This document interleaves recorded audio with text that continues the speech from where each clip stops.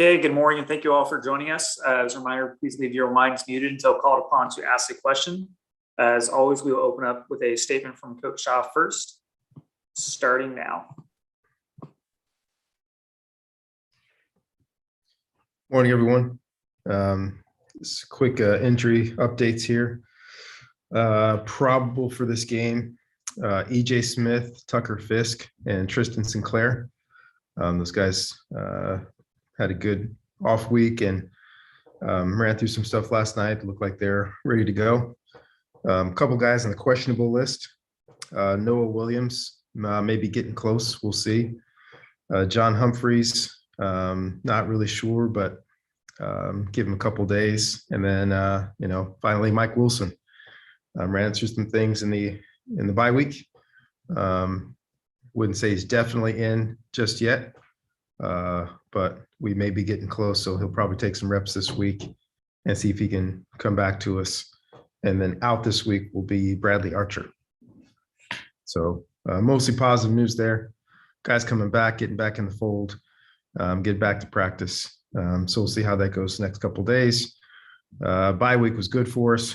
Obviously got some guys back, got some rest, worked through a couple of things, schematically on both sides of the ball.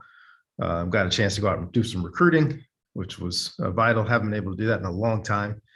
And, now back to work to get ready for Washington. So I'll open up for questions. If you'd like to ask a question, please use the raise hand function through Zoom.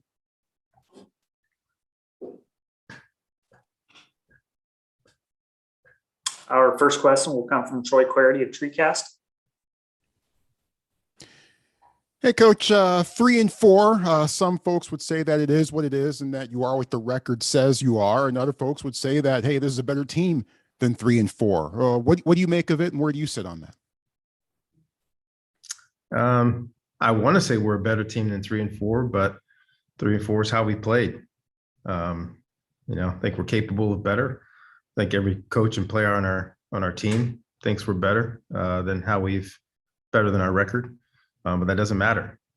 We have to play better in order to win games. The difference between the top and the bottom pretty much of every conference right now is a lot closer than it's been in college football in a long time. That puts more emphasis on every little play. The difference between us winning and losing the game against UCLA was very, very small. Same thing with Washington State. Same thing with Oregon. All these games are really tight and really close. And there are a lot of things that we can do better. We can run the ball better. We can stop the run better. But the bottom line is all these games, regardless of the stats, come down to, a handful of plays, especially in the second half. And, we've got to take advantage of those opportunities. Our next question will come from Ron Koychik of the San Francisco Chronicle. Hi, David. Thanks for taking the time today. I'm curious how you would articulate Tanner's growth at quarterback. Now we have almost about half the season he's been the starter. In what ways has he improved, and what do you need to see going forward? My dad says it all the time. Guys like Tanner, they just need more suns coming up and more suns going down. Every practice, every game, just the accumulation of experience will continue to help him. From where he was, probably the biggest growth would be from the first quarter of game number 1 to the halftime of game number 2. First quarter of game number 1 was really still getting his feet wet, getting comfortable, missed a couple throws, made a couple throws. That last drive against Kansas State really saw, as I like to say, his shoulders drop. It's that my personification of, hey, I can kind of do this thing. And it got very comfortable. And we got into USC, just played great, and has played extremely well. Not perfect. Nobody plays perfect, but has gotten better every single week. His anticipation, his recognition, his accuracy, his game plan, adjustments from week to week. I've gotten so much better. Coach Pritchard has done a great job kind of shepherding his growth. And I think you put the film on now, and he doesn't look like a guy who's in the first half of his first year starting. He looks like a veteran. Dare I say, he looks like one of the best, if not the best quarterback in our conference. From time to time, he can reach those heights, and looking forward to that continued growth. Pass game, this past game we played, we called a bunch of different types of passes, and very quick recognition wise, he either got the ball out of his hands or found the check down. And you don't usually see that in a younger guy. They tend to hold the ball and wait and wait and wait. And he's been really good with his progressions. He's been really good with his eyes. Once again, not perfect yet, and he's striving to get better. He works really well. He's a great listener. He's a great learner. Learns from experience. He learns from the room. So I'm excited to see, the second half of the year really being better than his first half. If I can ask a quick follow-up question. After the Oregon game, you and a couple players referenced his leadership and sort of poise coming down the stretch on that decisive drive. He's obviously older than a typical sophomore, had that 2-year mission. I'm curious if you can offer an example maybe of his poise and maturity, some moment in a game or maybe a moment in a practice that kind of illustrates how composed he is at this stage. Well, I would characterize his leadership as genuine. He doesn't break character. He doesn't try to be somebody else. He's generally a positive guy, positive energy. His words are positive. His words are uplifting. His words are pushing. So it just all the time, whether it's to offensive guys, defensive guys, he doesn't shy away from the moment, but he doesn't try to make the moment be something that it's not. I think his teammates appreciate that. We're in a tight spot, you get the same Tanner, we're up by a couple scores, you get the same Tanner. So I think that's that comfort he has in his own skin, the genuine way he communicates with his teammates, the pushing and striving and positive pushing he gives. I think has been great when he doesn't do something right, when he makes a mistake, he owns it, doesn't try to hide it, doesn't try to explain it away. Hey, mess that up. I'm not going to make that mistake again. What's the next play? And I think his teammates really appreciate that. Thanks, David. Appreciate it.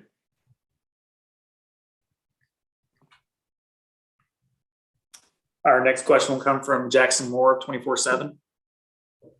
Coach, you mentioned getting on the road and recruiting. Could you expand a little bit more on what went well for you guys over the weekend there? I can't get into specifics, but the entire staff was able to get out and hit the trail on some of the 22s that are guys that are already coming to us, coming 22s that we're still recruiting, and got a chance to see some of our top 23s. Not all of them, but got a chance to see some guys that are not local. I think that was very beneficial. And what we weren't able to do really a year ago, over the last year and a half, is still evaluate. I learned from a guy many years ago, don't even remember his name. I remember a conversation we had. He worked for Joe Tiller at Purdue, and he would always say, hey, trust your eyes, go out and see these guys play. Don't just trust the film. Don't trust the highlight tape that just shows the positive things. And we're able to get out. A lot of our guys were able to get out and watch some practices, able to get out and go get into the schools and talk to coaches and counselors. And a lot of us be able to get out and watch game film and then watch the games live and watch and see what these prospective student athletes can do. That's a major part of our jobs, and is really positive. And, thankfully we're able to do that this bye week. We'll go back to Troy Clarity. Yeah, obviously the offensive line probably didn't leave a good impression, especially with that last series heading into the bye week. What have been some of the points of emphasis for that unit in particular during the bye week and leading up to the Huskies? Yeah, it's all consistency. It's all consistency. If you watch our game, this past game, we kind of jumbled the line a little bit during the course of the game. I think Jake Hornibrook has really played really well every game. He's rotated in. Branson Bragg, we still believe is going to be one of the top linemen in America before it's all said and done. So we've been, kicking Bragg out to play some tackle, bringing Hornibrook to play in some guard. Miles Hinton, is a freshman plus. He's a sophomore year, but really one of those guys that didn't start last year, played a significant role for us, and now has been the starter for a good chunk of the year. His play has continued to progress, but really going to kind of continue that rotation of linemen, and not just to find the best five really, but there's some different combinations that seem to work well for us. So we're going to continue to rotate those guys in and out, put them in positions to hopefully be successful, and really trying to kind of the offensive line is kind of a microcosm of our entire team right now, shaving away the negative plays. The positive plays are really good. We had some great pass protection downs against some really difficult looks in that game against Washington State, and then some not great downs against some difficult looks. So we're striving for consistency with that entire unit. Our next question will come from Dave Kiefer. Yeah, hi, Coach. I was just curious about Bryson. Has he been around the team at all? I don't know if there's anything specific that you can provide information on him. What's his mood like? Anything like that? From Bryson and his family, he had if you can imagine, pretty rough 48 hours after the surgery. For any member of a team, one of the worst things is isolation. Going through something really difficult and you're going through by yourself in a hospital room, and then transfer that hospital room to a dorm room. But since he's gotten his crutches and he's got a cart, he's been able to make it out to a couple of practices, been able to make it to the meetings, and he's been great. I think he's appreciated all the support he's gotten from, our doctors, trainers, but then especially from his coaches and teammates. It's just great to have him around. And he's in our team meeting the other day. Just positive energy from him. He's been through the worst, and those that have been around Bryson know that he's just a worker. Now that the surgery's over, now it's all about the recovery. Now it's all about rehab, and it's all about getting ready for the 22 season. We'll go to Scott Reese next. Hey, Coach, a couple things. I didn't hear you. Maybe I missed it. Is there a Casey Filkins update for this weekend? And second of all, I know you're a big fan of the 4-game rule with the freshmen. Are we getting to that point in the year now where we might see some of those guys actually get some game action? Casey will be out again this week, maybe for the next week also. Probably give him a little bit more time to try to get back if he can make it back before the end of the year. Hopefully he can. I think the 4-game rule is awesome. We've got a couple of guys that are really close, and as I like to typically do, we want to make sure that we communicate with those guys. If they're playing a significant role and want to keep playing, then we just keep playing them. There are certain guys that could get up to that 4-game and they want to save that red shirt. I don't hold that against them at all. It is their college football experience and their careers. If they want to hold on to that red shirt and give themselves another 4 to play, then we take them out of the rotation. So try to be respectful of those guys' opinions in this process. So we have a couple guys that are coming up on that, a couple this week and a couple next week, that we'll have to make some decisions there. But I'm great with it. As I've said before, we didn't have the 4-game rule when I was playing, but my receivers coach, Brian Billick, asked me. And all the times with the coach, they just tell you to go do it, and you go do it. And I had an opportunity to play, and I wasn't sure if I was going to continue to play, but he gave me that choice. And I think that was the right thing to do. And I'm glad that I chose not to. So I could save that redshirt year and have my 4 to play. Other guys have chosen the other way, and I'm perfectly fine either way. But I'd like to give those guys that choice. Cool. Thanks. Our next question will come from Ben Parker of Rivals. Yeah, hey coach. Just kind of want to get your thoughts on the schedule, just in general. Going into this week, you guys have played fewer home games than any team in the Pac-12 with just 2. And then you guys, as you know, finished 4 of the last 5 at home. How much of that part of your kind of scheduling season has been a message to your team to kind of give you guys some hope that, hey, you know what? Like, we only played 2 games away at home this year so far, but now we get the comforts of home for 4 of the last 5. Just how much has that been part of your message to kind of motivate your team to finish the season strong? Well, the big thing was it wasn't a surprise because we talked about it all summer. We were going to have the toughest opening slate in America. And, we didn't fare as well through it as we would like to. And now after a bye, we've got a good chunk of home games, and you got to take advantage of being home. So we got through that first part, hopefully, learned a lot of lessons, and we can apply those now to, hopefully get some home cooking, sleep in our own beds most of the rest of the way. Only one road game left. Hopefully be able to play a better second half than we played the first half. We'll go back to Troy Clarity. Huskies coming to town. Been a bit of an interesting season for those guys. What similarities from recent Husky teams have you noticed from this year's edition? And what differences with the Huskies that you've noticed for this year? Well, I think, as I said before, the parity in college football is for me, the best it's been in a long time. And the Huskies don't have the record that they wanted, but they've been in a lot of these games, kind of just like us.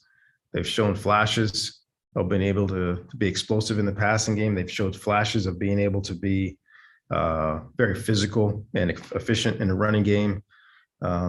They've shown that they can get after the passer and pass rush. They've shown that they can do a good job against the run. But once again, much like us, they've had some ups and downs, some really difficult quarters followed by some great quarters. And you watch the Arizona game, kind of been like the season. First half, they didn't play anywhere close to what they were capable of. Second half, you saw that defense come alive and be physical and active and fast. You saw the offense be able to make some plays. You see their quarterback come in and make some big time throws, some big NFL type throws, after maybe not playing his best half in the first half. So this is just another very good football team that doesn't have the record they wanted to have either. But this is going to be a battle.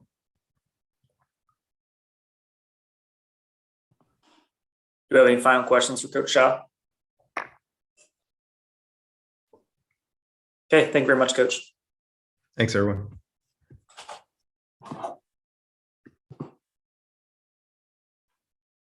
We will be joined by our player guests, Houston Heimuli and Jacob Mangum-Farrar shortly. We ended a little bit early today, so your patience is appreciated while we wait for those guys to arrive. Thank you.